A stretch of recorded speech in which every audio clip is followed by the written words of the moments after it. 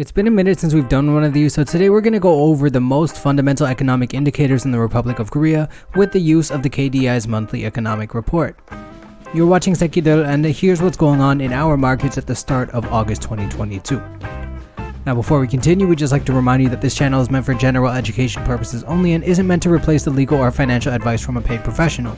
When it comes to investments, it's always healthy to take everything with a fair bit of skepticism regardless of the source, and that includes us.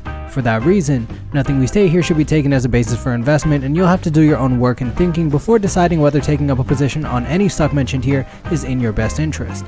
Want to know how? Well, if you scroll down just a little bit and hit the like and subscribe buttons, we'll do our best to help you figure out how to figure out this game for yourself. And with that being said, let's get to it. Alright, so we all know that the biggest issue right now, both here and abroad, is inflation, or the weakening power of existing currency, aka the rise of prices. Naturally, when things get expensive, both people and businesses are able to buy less, and so they reduce consumption and production, which usually includes layoffs, which is bad for people generally. Now this reduced economic activity is what we call economic contractions, and for the bulk of this year, these factors have formed like an evil Voltron that hates affordable household goods. Thus, without looking at the package really, we already know that the economy is not at all in a good place. This is something to keep in mind as we go through this video. Stagflation is real and it's here, but as with anything, the devil is in the details. So let's get to that, shall we? Now compared to the last couple of years, the labor market has seen consistent growth through the first 6 months of this year.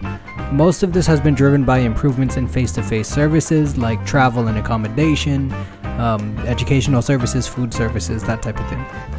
Manufacturing also picked up significantly in June, while construction slowed its growth but continued growing nonetheless. Additionally, in spite of the inflation we're seeing on the consumer front, the seasonally adjusted unemployment rate has only budged by 0.1%, sitting at about 2.9%. And that's about it. That's all that's good about now. People are working, that's always a good thing. But with that out of the way, let's get to what kind of sucks, which is pretty much everything else.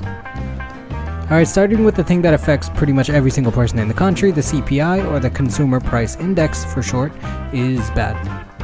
Overall inflation over the past month stood at 6.3%, increasing by about 0.3% from June. This is mostly driven by the price in products, which is up 9% on the backs of agricultural products and utility fees.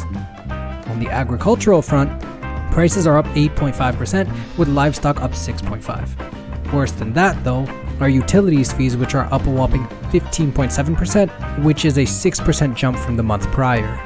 This has been driven by electricity and gas prices, which both jumped over 18% each. Now this whole scenario reminds me of a terrible joke that I'm unfortunately going to be sharing with you now.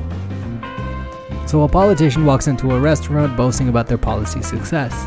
He says to the waiter, "We've been working hard to bring back the economy, and now we've been creating jobs non-stop since we got into office." The waiter looks at the politician and says, "I know, I work 3 of them." Alright, now instead of going through every single tiny indicator, I'm just going to group them all together. First, let's start with business investment.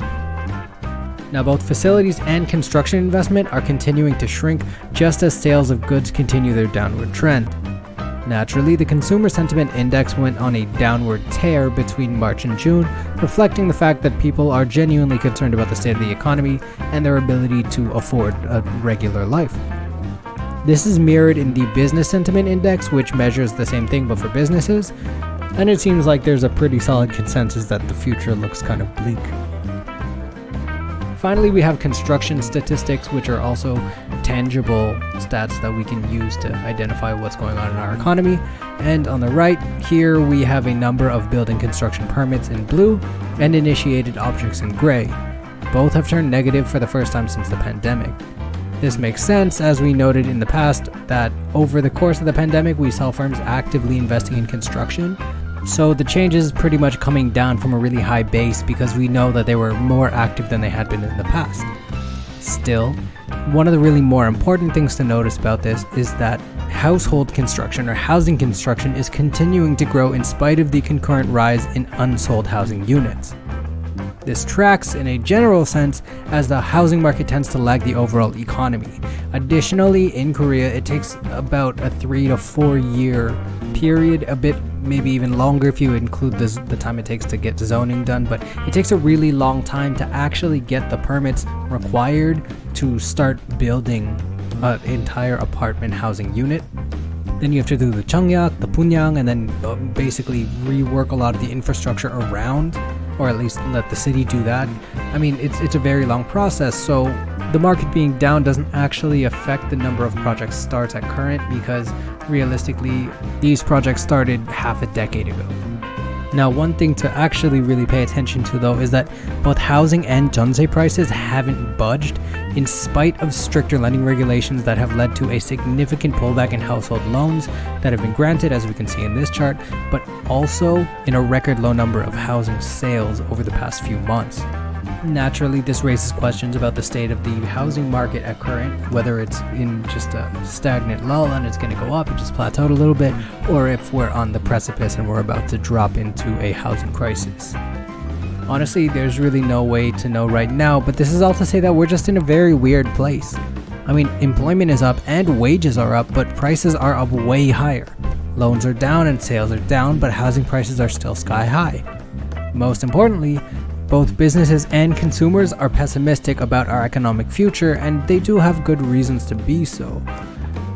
One thing about inflation though is that it's like an imaginary dragon, where it's like the more we imagine it, the more it comes into fruition, and the more people are pessimistic, the less confident they'll be in the government's ability to keep prices down in the future, and so that can lead to things like panic buying, and if there's panic buying, that'll send prices rising even higher. I mean, to be honest, this type of thing is really hard to speculate on because it could really go either way, right? Because of inflation, people will start saving money, and by saving money, they're not going to be spending, and by not spending, that means they're going to be saving, and that means that inflation is actually not going to be that bad, because then there's going to be lower demand, which pushes prices down. Like, to be honest, there's so many different ways that it can go, and that's kind of the thing. Like, we can only predict the future about as well as we can predict who's going to win the NBA championships next year, you know? Like, we can think about it as a matter of probability, but has to be always fair room for error, because there are things like black swan events and unknown unknowns like the COVID crisis that can really throw a market for a wreck.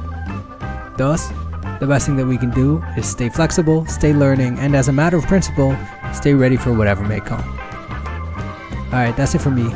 I really do hope that you guys are taking advantage of these 상품권 options, because I know my local 상품권s were like 10% off starting the beginning of this month, and then I think they're still 10% off, so that's like a full 10% return, and I could just use it at the grocery store I usually go to. You can use it at like the chicken spots you go to. Anyways, shop local. In my experience, there's no better way of keeping costs down and facing inflation. Alright, take it easy, fam. Peace.